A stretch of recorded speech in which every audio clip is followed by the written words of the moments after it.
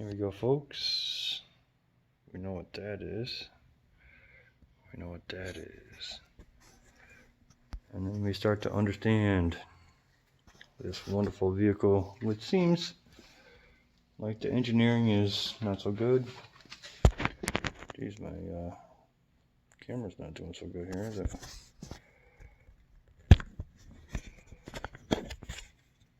There we go. Yeah, obviously there's a thing sticking out of down there. Oh, coolant bottle up there.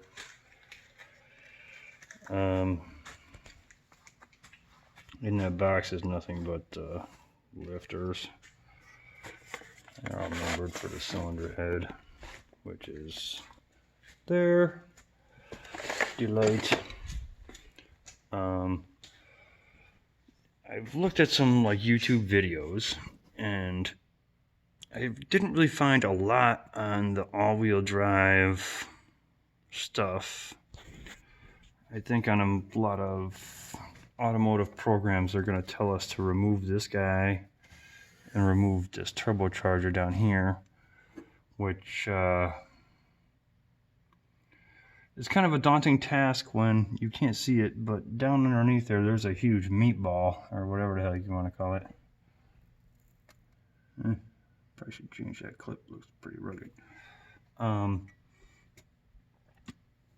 Anyway, the best way to do this, every single one of these bolts is all accessible along the back of the cylinder head, maybe with a little bit of a swivel.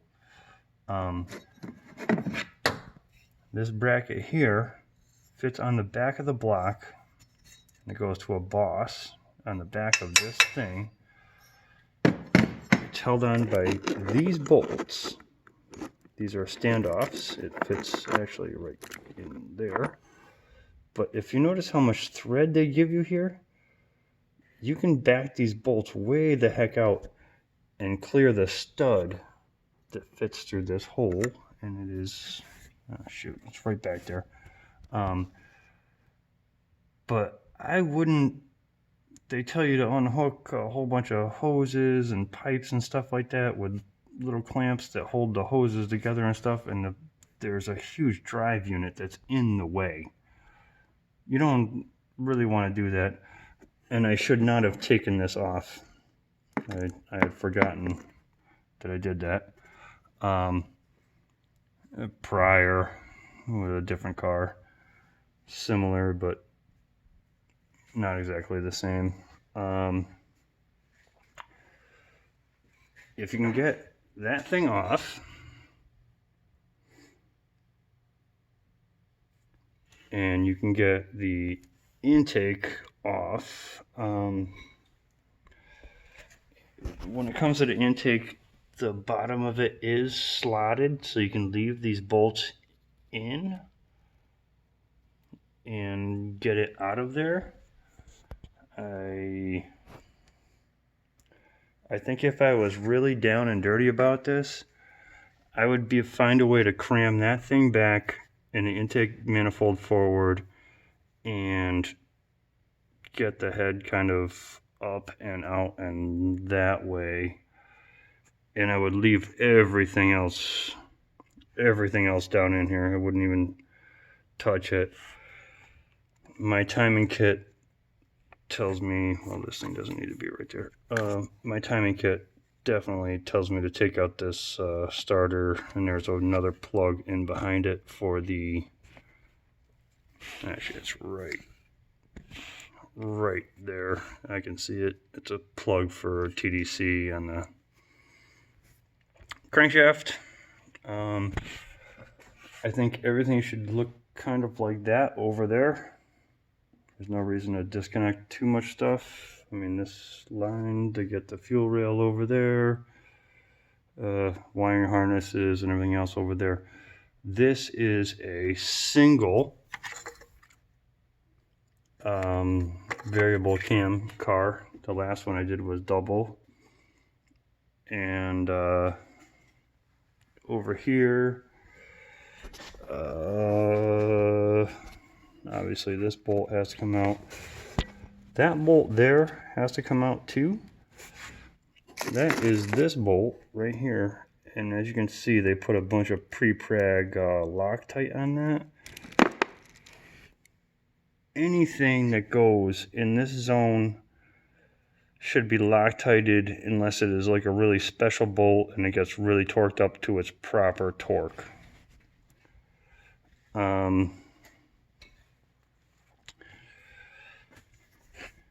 This thing goes to the bottom of the intake manifold.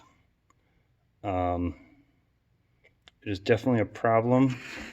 There's a clamp that goes right here. It's one of them, it's a pair of pliers that you can buy that like crimps it and uncrimps, or clicks it in and unclinks it. Of course, you can't actually get to it, so you kind of have to do something to get this off of the water neck for the cylinder head. The last time I did this, I actually unbolted the water neck for the cylinder head. I dealt with all of these hoses. Some of this was slightly different, but whatever, that's a total pain in the butt. You want to get this thing hooked to the bottom of the manifold and then manifold on. I don't want to undo any of these clamps if I don't have to, but I also don't want to yank at anything too bad. The throttle body in this car, oh shit, we can't see it, but there's a huge connector for it here. Some automotive parts programs will say like unhook the electrical connector, but you don't know where it is and it's buried below everything that is here. So just letting you know that stuff. That variable cam unit, I can definitely tell you when it's on the shit, I don't think it's supposed to be on that side, is it? No, I don't think so.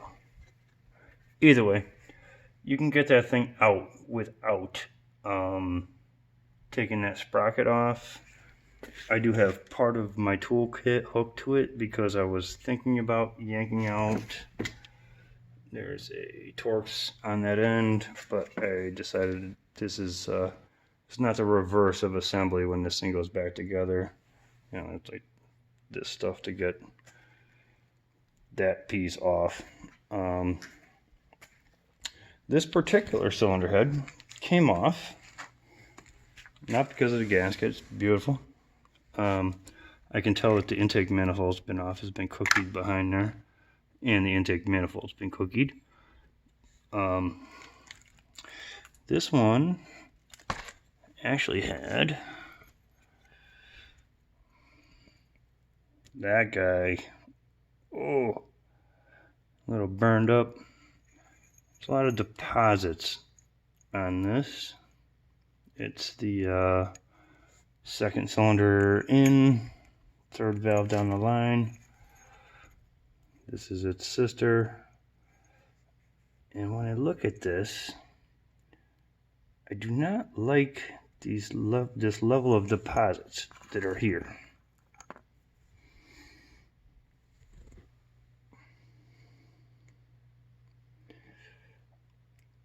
I mean, there's some oil on here, but normally when I look at an exhaust valve, I like to see very shiny on that surface. And I know if I spray that thing with carb clean and blow it off, it's gonna look not so shiny. Like it has obviously a lot of deposits on it.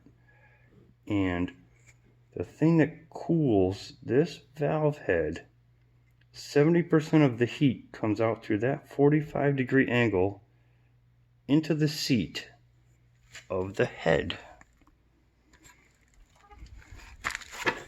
Here. But here it looks nice. Shiny. If the metal doesn't touch the metal, we don't get that heat transfer.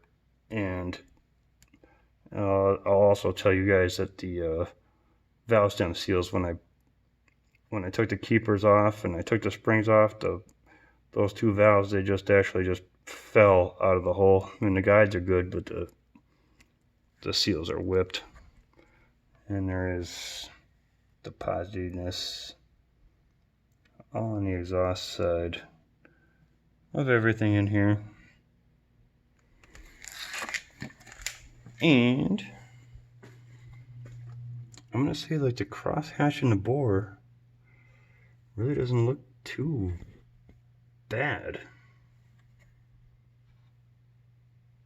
You know, it's,